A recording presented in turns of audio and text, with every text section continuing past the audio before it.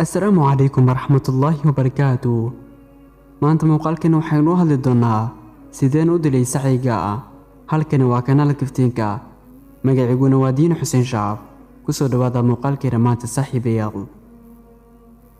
Sideen u dilay sacayga?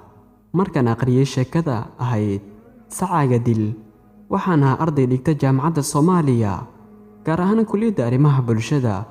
Waxaan jaamacadda aadi jiray maalmaha Khamiis iyo Jimco, halka maalmaha kalena aan ka shaqayn jiray telefishin baahiya wararka idaacadda Gool FM iyo Iftiin.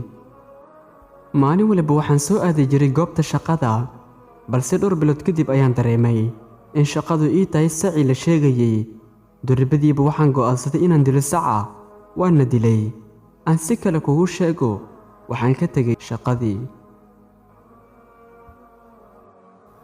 Xilligii aan shaqada ka tegay waxay ahayd xilli adag, waayo magaalada waxa ka jiray shaqo la'aan baahsan, wayna adkayd in qofku si fudud ku helo shaqo.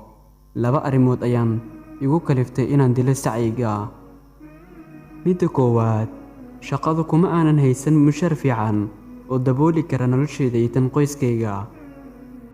Midda labaad, shaqadu sideedaba waa inay tahay mid aqoontaada wax kugu kordhiso, balse aanan ahayn in ay ku hilmaamsiiso intii yareed ee aad jaamacadda ka soo akhrisatay. La soco sheekada qaybteeda xigta. Waadna ku mahadsan tahay daawashadaada saaxiib.